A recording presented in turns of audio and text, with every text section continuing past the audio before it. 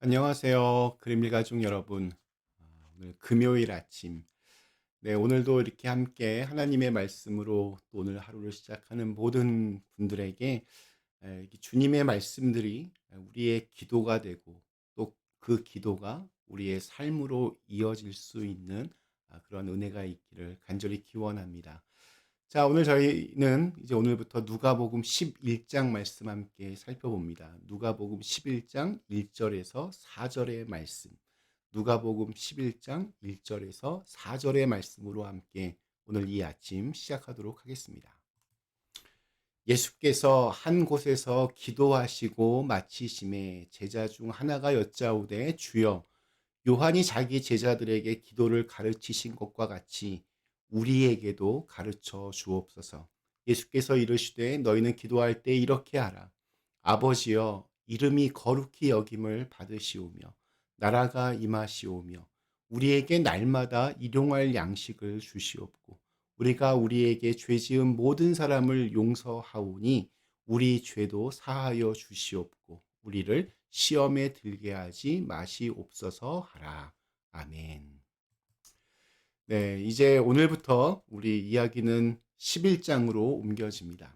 제자들에게 주님께서 직접 가르쳐 주신 기도, 우리가 잘 아는 주기도문이라고 하는 그 기도로 오늘 말씀이 시작되었습니다. 마태복음 6장에도 이 주기도문이 나오지만 누가는 훨씬 더 좀 짧습니다. 그러니까 압축본, 축약본이라고 해도 될 것 같습니다. 그렇다고 해서 의미가 이렇게 줄어드는 것은 아닙니다. 오히려 이 주기도문의 이 본질을 더 압축해서 담고 있다라고 그렇게 말할 수 있습니다. 무엇보다 이렇게 흥미로운 점은 제자들이 예수님께 기도를 가르쳐 달라고 요청한 장면입니다. 오늘 읽은 말씀은 예수께서 한 곳에서 기도하시고 그 기도를 마치실 때라고 특정한 시점을 말하고 있습니다. 우리가 잘 알다시피 예수님은 늘 기도하셨습니다. 그날도 제자들을 데리고 가셔서 기도하셨습니다. 그런데 그 모습을 보면서 제자들이 자신들도 기도하고 싶어진 겁니다. 주님, 우리에게도 기도를 가르쳐 주십시오. 예수님의 기도하는 모습을 보고 그렇게 나도 기도하고 싶다. 참 은혜로운 그러한 장면입니다. 저는 이 장면에서 교육의 본질을 또한 배웁니다. 우리는 보통 이렇게 말로 가르칩니다. 아주 조리 있게 어떤 걸 설명하고 논리적으로 그걸 잘 말하면 그것이 잘 가르치는 것이라고 그렇게 생각합니다. 물론 그것도 참 중요합니다. 그러나 예수님은 보여주셨습니다. 제자들은 보고 배웠습니다.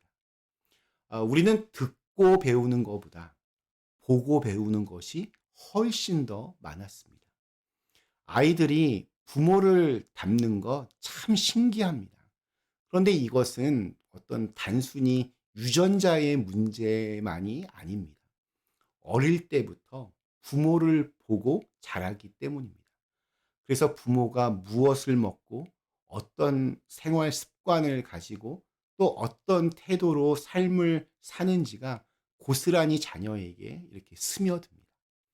말보다는 삶이 더 큰 힘을 가지고 더 큰 가르침을 줍니다. 예수님은 이렇게 기도를 시작하게 하셨습니다. 아버지여 이름이 거룩히 여김을 받으시오며 나라가 임하시오며. 우리는 이 말씀을 너무 잘 알아서 자칫 쉽게 그냥 지나칠 때가 많습니다. 단순히 하나님은 거룩하시다. 하나님의 나라가 왔으면 좋겠다. 이 정도로만 그렇게 이해합니다. 그러나 주님이 가르쳐 주신 기도는 그 정도의 차원이 아닙니다. 이것은 고백이고 또한 결단입니다.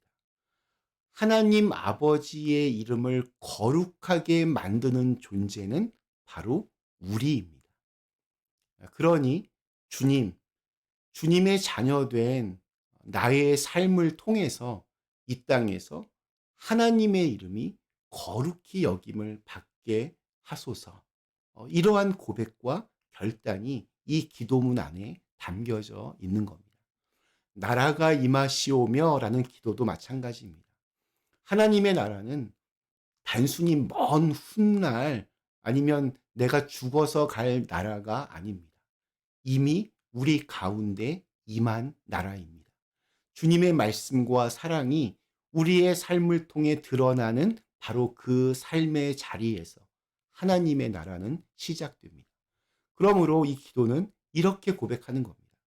주님, 우리가 말씀으로 숨쉬게 하셔서 그 자리에서 하나님의 나라로 꼽히게 하여 주옵소서. 자, 그리고 이제 간구가 이어집니다. 우리에게 날마다 일용할 양식을 주시옵고. 이것은 단순히 먹고 사는 문제를 해결해 달라는 부탁이 아닙니다. 우리의 사역이 주님을 향한 우리의 이 마음이 멈추지 않게 하시고 우리의 사랑이 꺼지지 않게 하시며 우리의 믿음이 지치지 않게 그렇게 도와달라는 간구입니다. 그래서 주님, 내가 주님을 높이고 또 주님의 나라를 위해 살아가겠으니 우리의 현실적인 곳간이 비지 않게 하시고 우리의 힘이 끊어지지 않게 하소서. 이것이 일용할 양식을 구하는 기도의 본질입니다. 그리고 예수님은 이제 이렇게 기도하라고 하셨습니다. 우리가 우리에게 죄 지은 모든 사람을 용서하오니 우리의 죄도 사하여 주옵소서. 여기에서는 이 기도의 순서가 중요합니다. 하나님께 먼저 용서를 구하는 것이 아니라 우리가 먼저 용서하는 고백이 먼저 그 앞에 나옵니다. 우리가 우리에게 죄 지은 모든 사람을 용서하오니 그리고 나서 우리의 죄도 용서하소서. 그러니까 이 말씀은 우리가 용서할 때 주님께서도 우리를 용서하신다는 것입니다. 내가 죄를 짓고 싶지 않음에도 불구하고 죄에 넘어가듯이 지금 나를 힘들게 하는 이들도 때로는 원치 않게 나를 아프게 할지도 모릅니다. 그래서 우리가 먼저 용서하는 것입니다. 내가 남을 도우면 주님께서 나를 도우시듯이 내가 남을 품고 안으면 주님께서 나를 품고 안아 주십니다. 죄는 바이러스와 같습니다. 아무리 노력한다고 해도 이게 없어지지가 않습니다. 대신에 면역력이 강하면 바이러스가 몸 안에서 힘을 쓰지 못합니다. 그처럼 주님을 위하여 선한 일을 하고 또 남을 축복하고 이웃을 사랑할 때 죄의 힘은 약해집니다. 그래서 주님은 우리에게 용서하라고 하십니다. 사실 남을 용서하라 이 말씀은 나를 위한 말씀입니다. 남을 용서할 때 내 마음이 평화를 얻기 때문입니다. 내가 미움과 원망과 분노에 사로잡혀 있을 때에는 마음의 평화가 없습니다. 매일매일이 순간순간이 내 마음에서 전쟁터로 바뀌어집니다. 그러나 내가 용서하는 순간 내 마음은 자유로워지고 하나님의 평화가 내 마음을 지배합니다. 예수님은 마지막으로 이렇게 기도하게 하셨습니다. 우리를 시험에 들게 하지 마옵소서. 시험은 단순히 어떤 어려움을 말하는 게 아닙니다. 하나님께로부터 멀어지게 만드는 모든 힘을 뜻합니다. 우리는 늘 이렇게 갈림길에 서 있습니다. 주님을 바라볼 것인가? 아니면 세상에 휘둘릴 것인가? 내가 주님을 의지할 것인가? 아니면 세상에 의해서 좌지우지 될 것인가? 그래서 우리는 기도해야 합니다. 주님, 나를 시험에 빠지지 않게 하소서. 내 마음이 산만함에, 분주함에, 염려에 사로잡히지 않게 하소서. 네, 오늘 우리 함께 나눈 이 짧은 기도 속에 우리의 삶 전체가 담겨져 있습니다. 하나님을 높이는 고백, 하나님 나라를 구하는 비전, 날마다의 필요를 의탁하는 신뢰, 죄를 용서하고 용서받는 회복, 그리고 시험에서 지켜달라는 강구. 이것이 주님께서 제자들에게 그리고 오늘 우리에게 주신 기도의 방법입니다. 주님께서 가르쳐 주신 기도는 그렇게 우리를 하나님과 이웃과 또 자기 자신과의 관계 안에서 새롭게 세웁니다.